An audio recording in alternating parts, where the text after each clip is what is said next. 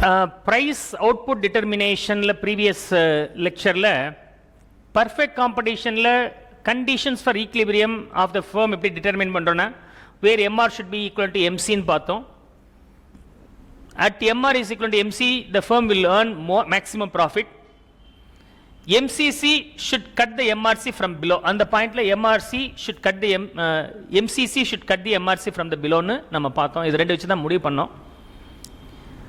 இதில் super normal profit, normal profit, loss அப்படிங்கிற மூணு சிச்சுவேஷன் பார்த்தோம். அதில் சூப்பர் நார்மல் ப்ராஃபிட்டில் பொறுத்த வரைக்கும் இந்த கேஸ் ஆஃப் சூப்பர் நார்மல் ரொம்ப ஈஸியாக ஞாபகம் வச்சுக்கலாம். MC should cut the MR, அது ஒரு டாட். சூப்பர் நார்மல் ப்ராஃபிட்னா ஏசி அதை கட்டிலும் கம்மியாக இருக்கிற மாதிரி நீங்கள் டாட் வச்சு அதை ஜே ஷேப் கர்வை நீங்கள் டயக்ராமாக போட்டிங்கன்னா ஈஸியாக வந்துடும். இந்த பாயிண்ட்டு அது கீழே ஏசி இருக்கணும். நார்மல் ப்ராஃபிட்டில் ஏசி எம்சி ஏஆர் எம்ஆர் எல்லாமே ஈக்குவலாக இருக்கணும். அண்டு லாஸ் மேக்கிங்கில் பொறுத்த வரைக்கும் எம்சியும் எம்ஆரும் இன்டர்செக்ட் பண்ணுற பாயிண்டில் லாஸ் இல்லையா, அப்போ average cost should be greater. அப்போ அதுக்கு மேலே டாட் வச்சுட்டு அந்த டாட் மூலமாக பாஸ் பண்ணுற மாதிரி நீங்கள் டயக்ராம் போட்டிங்கன்னா ஈஸியாக இந்த மூணு டயக்ராம் நமக்கு வந்துடுது. That's how you can draw the diagram here.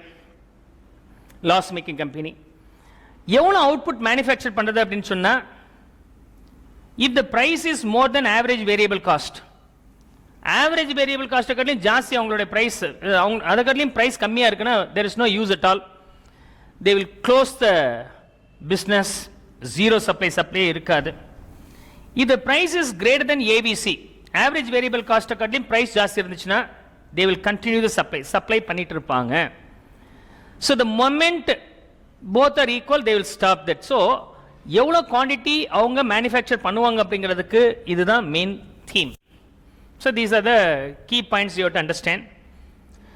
Short run பார்த்து முடிச்சாச்சு. லாங் ரன்ல என்ன நடக்கும், will now see those points also. Short run and long run. Long ரன்ல நமக்கு எப்படி வரும் அப்படின்னு சொன்னாக்க, first of all let me draw the diagrams. Before that, this will be sometimes equivalent to the D also, demand curve also. இதுதான் இந்த demand curve இதுதான் அப்படிங்கிறது மைண்டில் வச்சுங்க. P is equal to AR is equal to MR is equal to demand.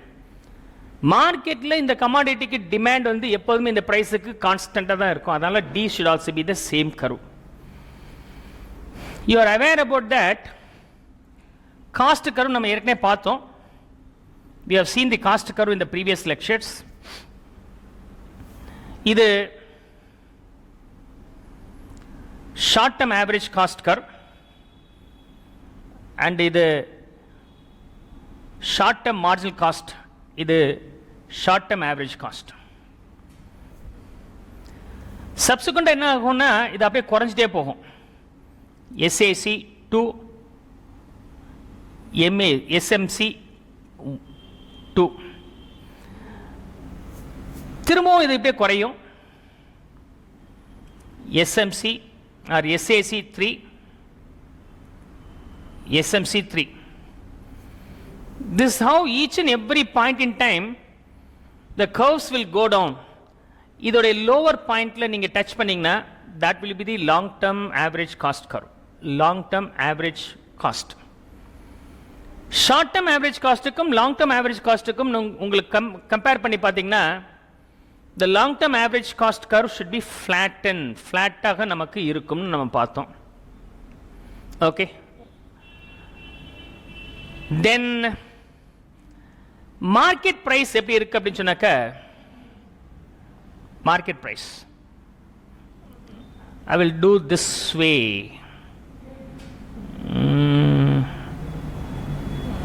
Average cost curve.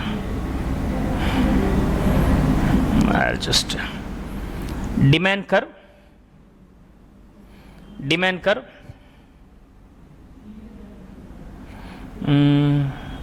I'll draw here.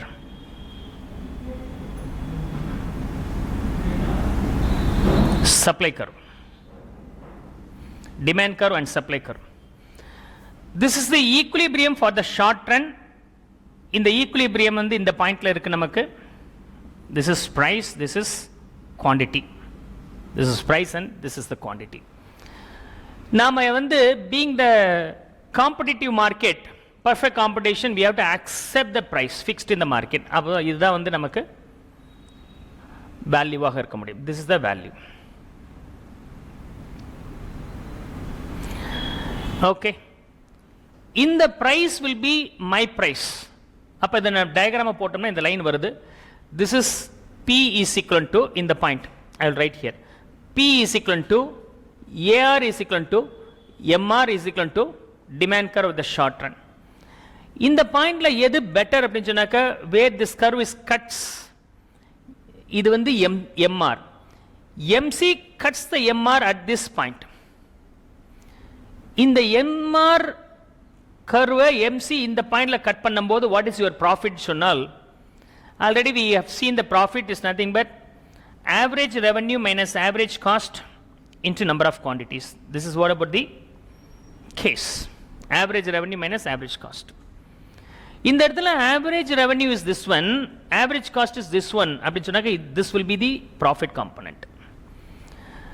அப்படின்னா இந்த component வந்து நமக்கு இந்த ஏரியா, இந்த shaded area will be the profit in short run. Short ரன்ல இது ப்ராஃபிட்டா இருக்கும். This will be the profit in short run. Long ரன்ல சூப்பர் நார்மல் ப்ராஃபிட் ஷார்ட் ரன்ல வந்துச்சுன்னா ரொம்ப சப்ளையர்ஸ் வருவாங்க. If the number of suppliers are higher, ஜாஸ்தி சப்ளையர்ஸ் வந்தாங்கன்னா, already we have seen demand change ஆகாம சப்ளை ஜாஸ்தி ஆச்சுன்னா ஈக்குலிபிரியம் பிரைஸ் குறையும், otherwise supply curve will shift. எந்த சைடில் ஷிஃப்ட் ஆகுது அப்படின்னு சொன்னாக்க இந்த சைடில் ஷிஃப்ட் ஆகுதுன்னு வச்சுக்கலாம். This is the side where it is shifted. So supply is increasing. Supply increase ஆகுது, டிமாண்ட் ஒன்றும் சேஞ்ச் ஆகலை அப்படின்னு சொன்னாக்கா ஈக்குலிபிரியம் பிரைஸ் இங்கேருந்து இங்கே ஷிஃப்ட் ஆகுது. Okay, this is what about the revised equilibrium price. Revised equilibrium price long ரன்ல short term average cost curve வந்து n number of short term average cost curve சேரும்போது ஃபிளாட்டன்ட் யூ ஷேப் கிடைக்குன்னு சொன்னோம்.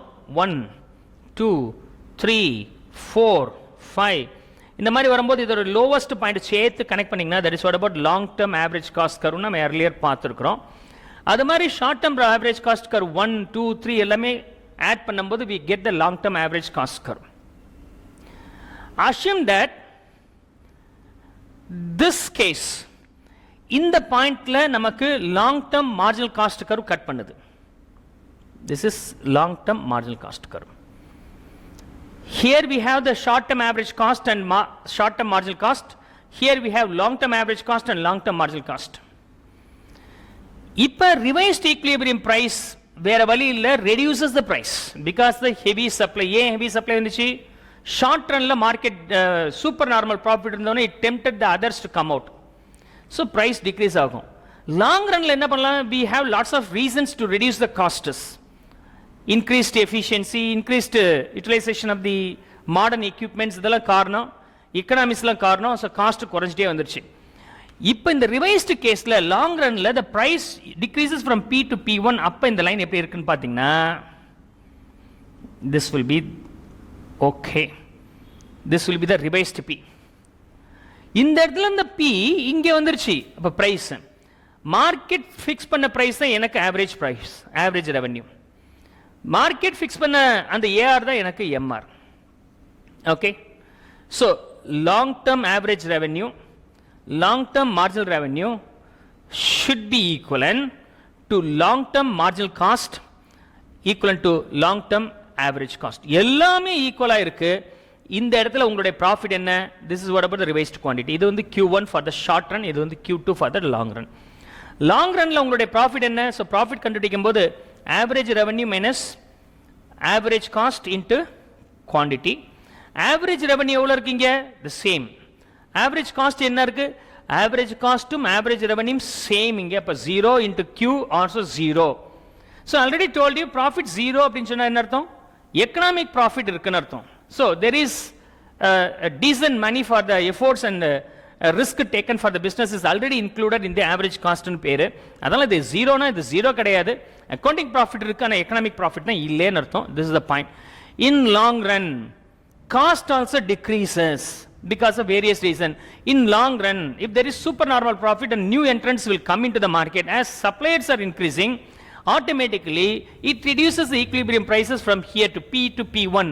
அப்போ price degrees ஆகும்போது யாரெல்லாம் மார்க்கெட்டில் sustain பண்ண முடியும்னா காஸ்ட் எல்லாம் ரெடியூஸ் பண்ணி முடிச்சுட்டு யாரால இந்த ரிவைஸ்டு ப்ரைஸ்க்குள்ளார லாங் டேர்ம் ஆவரேஜ் ரெவன்யூவும் லாங் டேர்ம் மார்ஜினல் ரெவன்யூவும் ஈக்குவலண்ட்டாக இருக்கிற மாதிரி லாங் டேர்ம் மார்ஜினல் காஸ்ட்டும் லாங் டேர்ம் ஆவரேஜ் காஸ்ட்டும் இருக்கிற மாதிரி செட் பண்ணி இருக்கிறாங்களோ அவங்களால மட்டும்தான் they can sustain the market. New entrance இந்த லாங் ரன்ல வரது கஷ்டம். ஏன்னா இது ஆல்ரெடி எஸ்டாப்ளிஷ், புதுசாக ஒருத்தர் வந்து இதை பண்ணணும்னு அவசியம் இல்லை. என்ன காரணம்னா இதில் எக்கனாமிக் ப்ராஃபிட் காட்டிலும் ஜாஸ்தி இருக்க வாய்ப்பு இல்லை. அப்நார்மல் ப்ராஃபிட் இருந்தால் it tempts me to come in to the market, but there is no abnormal market. இந்த லாங் ரன்ல அந்த normal profit means economic profit ஜீரோவாக வர மாதிரி அவனால் பிஸ்னஸ் பண்ண முடியல அப்படின்னு சொன்னாக்க ஆட்டோமேட்டிக்காக he will go out of the market. This is simple relationship between short run and long run. இந்த லாங் ரன்னோட டயக்ராம் காம்ப்ளிகேட்டடாக இருக்கிற மாதிரி ஃபீல் பண்ணும்போது எல்லாமே சேர்த்து கொஞ்சம் காம்ப்ளிகேஷன்ஸ் இருக்கும். அதனால் சிம்பிளிஃபை பண்ணி டயக்ராம் டேரெக்டாகவே நான் போட்டுறேன். அந்த டயக்ராம் எப்படி இருக்கும் அப்படின்னு சொன்னாக்கா, ஸோ ஜஸ்ட் ட்ரா ஹியர். இதை மட்டும் நீங்கள் மைண்டில் வச்சுக்கிட்டா போதுமானது. So this is nothing but demand curve and supply curve. Supply curve, the price will be this one. கர்வை வந்து நீங்கள் என்ன பண்ணுறீங்க, ஃப்ளாட் அண்ட் யூவாக வச்சுக்கோங்க. ஃப்ளாட் அண்ட் யூவா மைண்டில் வச்சுக்க வேண்டியது என்னது, இது லாங் ரன் ஆவரேஜ் காஸ்ட்டு, இது லாங் ரன் மார்ஜினல் காஸ்ட்டு, இது price is equal to long run average revenue is equal to long run marginal ரெவன்யூன்னு எல்லாத்தையும் நீங்கள் ஈக்குவலாக போட்டு வச்சுங்க. எல்லாமே ஒரே டாட்டில் இருக்கிற மாதிரி மைண்டில் வச்சுக்கோங்க. அப்படின்னா we don't have the economic profit, of course accounting profit we may have. I hope you could understand this link. இது சிம்பிள் அண்டர்ஸ்டாண்ட் பண்ணிக்கலாம். இந்த மூவ்மெண்ட் எப்படி நடந்திருக்குங்கிறத நான் இங்கே எக்ஸ்பிளைன் பண்ணியிருக்கிறேன். The shift in the price from P to P1, and though there is a shift in the cost from here to here because of the long run efficiency, both will be offset because of this decrease as well as this savings in the cost. இதில் அவன் offset பண்ணி accounting profit இல்லைனா இது வந்து economic profit ஜீரோவாக இருக்கலாம், but accounting profit இருக்கும். அப்படி அக்கௌண்டிங் ப்ராஃபிட் இல்லைனா they will go out of the market. I hope you could understand the pricing under perfect competition.